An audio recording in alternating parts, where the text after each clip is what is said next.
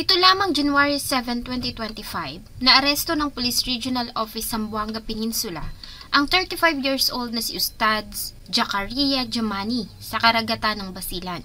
Naaresto na ng pulisya ang umano'y mastermind sa pagdukot kay American vlogger Elliot Eastman sa Zamboanga del Norte.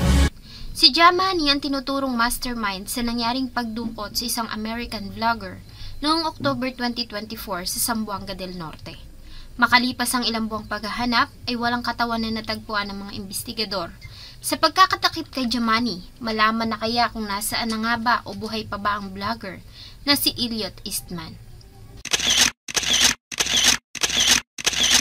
Bago ko po ipagpatuloy ang ating kwento, sa mga bago po sa channel ko at nais sa mga ganitong klase ng kwento ng krimen na nangyayari sa loob at labas ng ating bansa ay maaari pong pakipindot ang ating subscribe button at notification bell para ma-notify kayo pag may mga bago tayong upload na videos. Si Elliot O'Neill Eastman ay pinanganak noong 1997 sa Hinesburg, Vermont na magtapos ng high school sa Champlain Valley Union High School noong 2016 ay nag-enroll ito sa Ithaca College sa New York bago muling bumalik ng Vermont. Maliit lamang ang Hinesburg at tinatayang may 900 lamang na populasyon. Maliban sa maliit ay walang masyadong libangan sa lugar. Nagtrabaho doon si Eastman bilang isang delivery rider. Kapag naman hindi busy, ay naging libangan na ni Eastman ang pagkuha ng mga larawan ng mga hayop at ng kalikasan. Mahilig din ito mag-ice ski tuwing taglamig. Isa sa mga pangarap ni Eastman ay ang makapag-travel sa iba't ibang bansa at number 1 sa kanyang naging listahan ay ang Pilipinas. Maliban sa sikat ang Pilipinas sa mga destinasyon ng mga turista, ay mura ang travel expenses dito. Kaya naman ito ang napili niyang unang destinasyon. Taong 2023, sa kauna-unahang pagkakataon, ay narating ni Eastman ang Pilipinas. Para sa mga malalakbay dito sa ating bansa, ay may tinatawag silang travel advisory. Sa nasabing advisory ay may ilang mga lugar na tinatawag na red zone. Ito yung mga area na hindi safe para sa mga dayuhan. Sa nasabing red zone ay marami ng mga dayuhan ang napahamak at naging biktima ng kidnapping at worst ay namamatay. Sa kabila ng red alert at abiso ay tinungo pa rin ni Eastman ang Zamboanga del Norte na matatagpuan sa Mindanao, isa sa mga lugar na nabibilang sa red zone. Nagtungo siya doon para makipagkita sa isang tradisyonal na manggagamot sa kagbundukan ng Sibuko. At doon ay na-inlove siya sa Muslim Pilipina na si Carisha Jala. Ayon sa vlog ni Eastman, ay nakaramdam siya ng paghanga sa Pilipinas sa unang pagkikita. Ang nasabing pag-iibigan ng dalawa ay lumalim hanggang sa magdesisyon silang magpakasal. Matapos na magpa-convert si Eastman mula sa pagiging Kristiyano, ay niyakap nito ang paniniwalang Islam at bininyagan sa pangalang Muhammad. January 2024, ay sinimula ni Eastman ang kanyang pag-vlog at pagpo-post ng videos sa kanyang mga social media accounts gaya ng Facebook, YouTube at TikTok. Dito ay nagsimula niyang ibahagi sa publiko ang mga pang-araw-araw niyang karanasan sa Pilipinas. Inilarawan niya ito na ang kanyang buhay sa mapanganib na lugar sa ating bansa. Muling umalis ng bansa si Eastman at bumalik ng Vermont para magtrabaho. May ng taong 2024 ay iniwan ni Eastman ang trabaho at nagpaalam sa kanyang pamilya para permanente nang manirahan sa Pilipinas. Sa kabila ng pagtutol ng kanyang pamilya ay wala silang nagawa dahil desidido si Eastman na iwan ang buhay sa Vermont at manirahan na dito sa ating bansa kasama ang kanyang asawa. Noong May 2024 ay bumalik si Eastman sa Sibuco, Zamboanga del Norte para saksihan ang pagtatapos ng asawang si Carisha. Ang bahay na ito sa baybayin ng poblasyon Sibuco Island, nanirahan si Eastman at Carisha. Inuupahan nila ito sa halagang 3,000 pesos kada buwan. Maliit pa ang kinikita ni Eastman sa pagiging content creator dahil sa mayroon pa lamang siya noong 5,000 na mga subscribers sa kanyang YouTube account. Kaya naman nag-isip ito ng iba pang pagkakakitaan. Nagpatayo ito ng isang sari-sari store na binabantayan nilang mag-asawa. Nagpakabit din siya ng wifi sa lugar na kanyang pinaparentahan at pinasok niya din ang negosyo ng pagpapautang ng pera. See, it's pretty nice.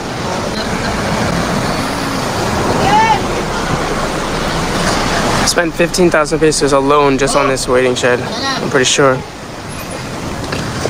And then on the solar, the Wi-Fi and the solar, I think I spent a total like 130K or something, maybe 120. Yeah, 130K, 130,000 pesos on the solar, the Wi-Fi with solar. Maybe even more now because I just bought another solar panel. Maybe it's getting to like 140,000 pesos. Kasabay nito ay nagpatuloy si Eastman sa paggawa ng mga videos at live stream ng buhay niya sa Cebuco. Sa kanyang mga videos ay madalas ibahagi ni Eastman ang kanyang pag-aalala para sa kanyang kaligtasan. Ilang beses niya ring sinabi na may mga pagkakataon na nakakatanggap siya ng mga balita na may mga taong dudukot sa kanya. Hindi rin siya masyadong lumalabas ng bahay dahil sa hindi siya gusto ng mga tao sa kanila. Yeah, it's like I would love to like do stuff that I want to do, but I feel like trapped. I literally feel like trapped. Because if I want to go, even I want to go do something, I want to go walk out anywhere or down the beach somewhere different, like this family's going to get mad at me that I'm living with. They're going to be angry with me. That's the problem I have right now. You know, it's not even like their feeling. It's like the way they feel like maybe they're gonna be affected by if something happens to me. So I'm like putting them at risk by me doing something. That's what they're saying. Ayon kay Eastman, ay siya ang kauna-unahang dayuhan na tumagal sa red zone. Karamihan kasi ay pumupunta doon at agad ding umaalis. Noong August 2024 ay binahagi ni Eastman sa kanyang video na pinasok ang kanilang tindahan at kinuha ang kanilang pera.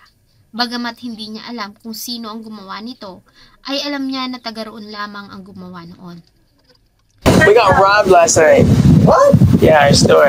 I think maybe somebody climbed through here because we left our money here from our store. So I think either somebody came through here or they came to the door. I don't really know, but we were missing like 300. Last night? Yeah. Yeah. Sa iba namang video ay binahagi niya noong September 2024. Binahagi niya na may 4 na kalalakihan siyang nakita ng mga armado at tila minamanmana ng kanyang mga kilos. Scared here. Dangerous people. I always have to hide. See, go down. Looks like the guy had a gun. Some sort. There's like so many of them. There's like 4 of them. And they're looking at us. They're at me.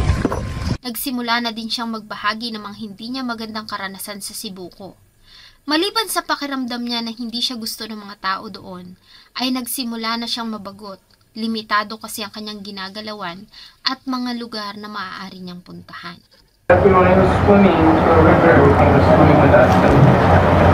No, I don't wanna go, just only you and me. I don't wanna go, just only you and me. What? I'm afraid. Are you afraid of having you and telling us something else? I'm afraid if we don't have somebody with us. I'm scared if I'm there. I'm scared if I'm there people like that. Sa huling video ni Eastman noong October 17, 2024, ay makikita na tahimik lamang ito at kumakain ng prutas. Sinagot pa nito ang tanong ng kanyang follower kung gusto niya ba ang Pilipinas. Sinagot niya ito na may mga bagay siya na gusto dito at may mga bagay na ayaw. Enjoy Philippines? Enjoy it. There's some parts that I like about it, there's some parts that I don't like. What do I like about it?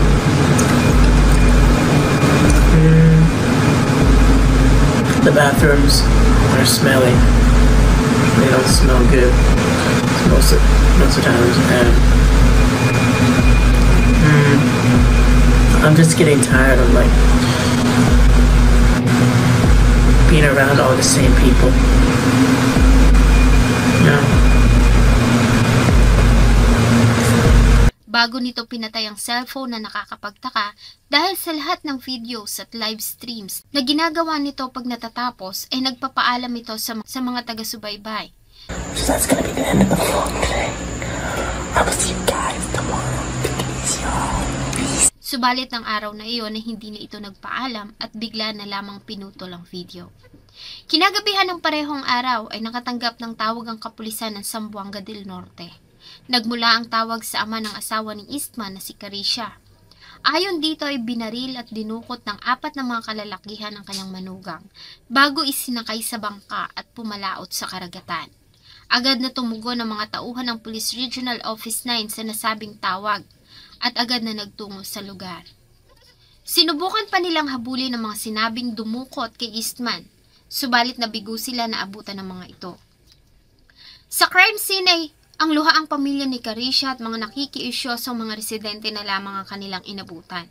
Maliban sa bakas ng dugo ay nagawa nilang makakuha ng basyo ng M16 rifle na siyang ginamit ng mga suspects.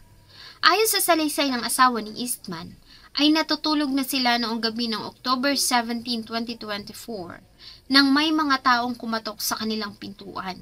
May mga takip ang mukha ng mga ito at armado. Nagpakilala ang mga ito ng mga pulis sila at naroon sila dahil sa may natanggap silang report na ang dayuhan na si Eastman umano ang nagdadala ng ilegal na gamot sa lugar.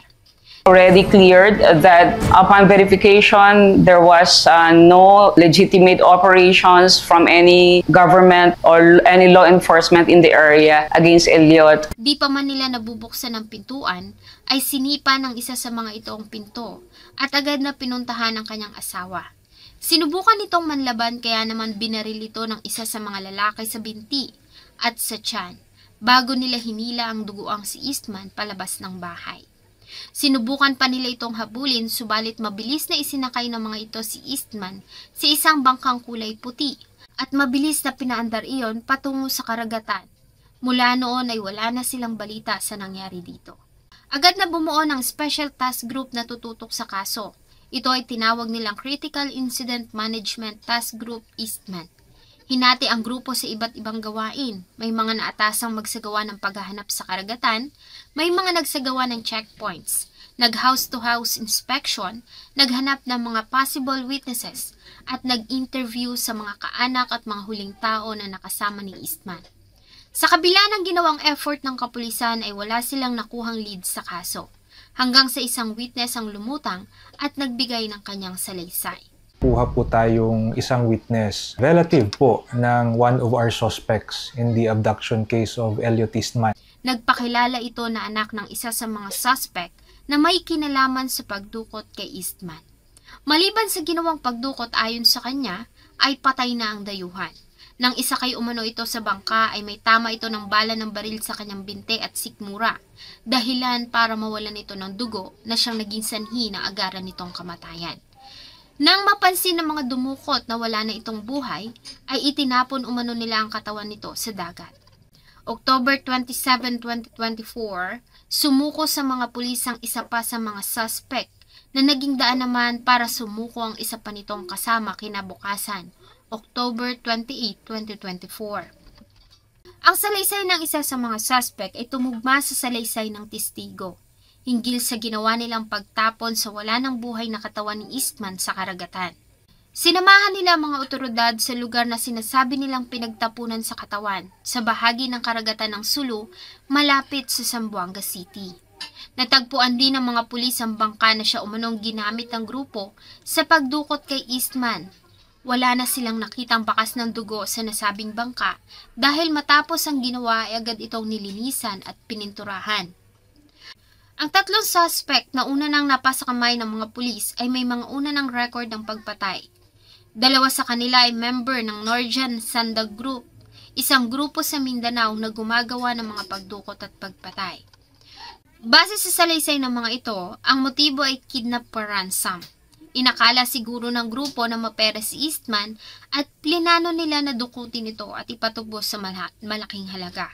Subalit nasira ang plano ng manlaban si Eastman at mabaril ito ng isa sa kanilang kasama. Dahil sa pagkamatay nito, hindi na sila tumawag para humingi ng ransom dahil sa wala na silang ipapakitang katawan ng kanilang hostage sa pamilya.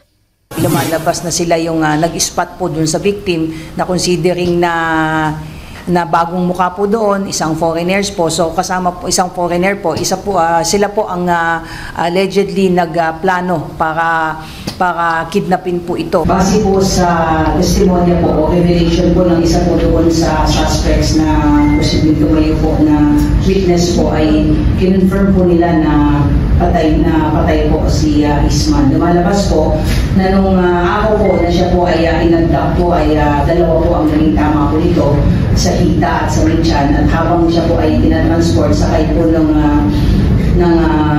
bangka po. Nakita na rin po yung bangkang ginamit po nila, although tinakay pa po itong itago at pinintahan po ng ibang kulay po. Pero na-trace na rin po yan at na-locate din po niya yan. At base nga po doon sa revelation po ng isa sa mga suspects po ay namatay na po on the day na inabduct po si Isman, at habang nasa bangka ay itinapon po ito sa gitna ng dagat, at unfortunately po ay hanggang ngayon po ay pinagtutulungan pa rin po ng combined elements po ng PNP at ang Air Force of the Philippines yung bangkay po itong si Isman po. Dahil sa mga nagtugmang mga salaysay, ay opisyal na ang inanunsyo ng Philippine National Police na posibleng wala na o patay na si Eastman.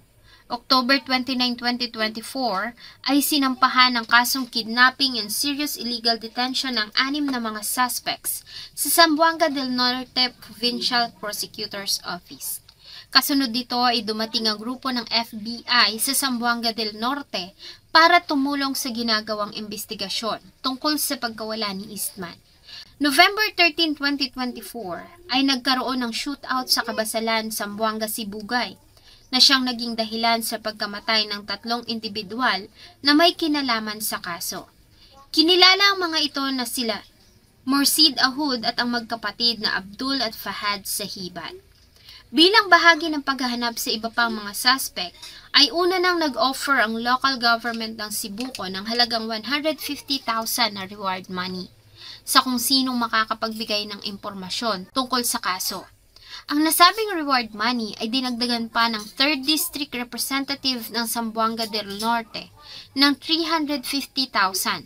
Kaya naman nagkaroon ng kabubuang ₱250,000 na reward money para sa mga makakapagturo o makakapagbigay ng impormasyon tungkol sa pangyayari. January 7, 2025 ay inaresto naman ang tauhan ng Police Regional Office Zamboanga Peninsula ang tinuturong mastermind na si Ustads Jakaria Jamani sa karagatan ng Basilan. Siya ay inaresto sa bisa ng warrant of arrest na inilabas ng Zamboanga del Norte Trial Court noong December 26, 2024. Hanggang sa kasalukuyan ay naniniwala ang pamilya ni Eastman na buhay pa ito. Ayon kay Carisha, hanggat wala siyang nakikitang katawan, ay naniniwala siya na buhay pa si Eastman. At darating ang araw na muli niya itong makikita at makakasama. Patay na daw ang asawa ko. Hanggat sa hindi ko po nakikita yung bangkay niya, hindi po ako makasabi na patay ng asawa ko. Isa lamang naman ang gusto ni Eastman, ang mabuhay ng simple at tahimik kasama ng kanyang asawa. Muli na sanang nabuhayan ng pag-asa ang mga dayuhan sa pagbisita sa magagandang lugar sa Mindanao. Subalit matapos ang pangyayari ay maraming mga dayuhan sa ating bansa ang natatakot para sa kanilang kaligtasan. Sana po ay nagustuhan nyo ang isa na namang kwento na akin pong ibinahagi. Marami pong salamat sa inyong patuloy na pagtangkilik sa akin pong mga videos. Huwag nyo pong kalimutang mag-iwan ng inyong saloobin at suggestion sa atin pong comment section. Thank you so much po and see you in my next video.